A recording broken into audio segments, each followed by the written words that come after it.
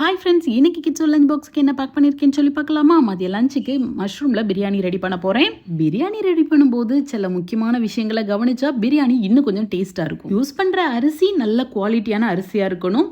தக்காளியை விட பல்லாரி அளவு கூடுதலாக இருக்கணும். பல்லாரி நல்லா வதங்கி ப்ரௌனான பிறகு தான் தக்காளியை சேர்க்கணும்.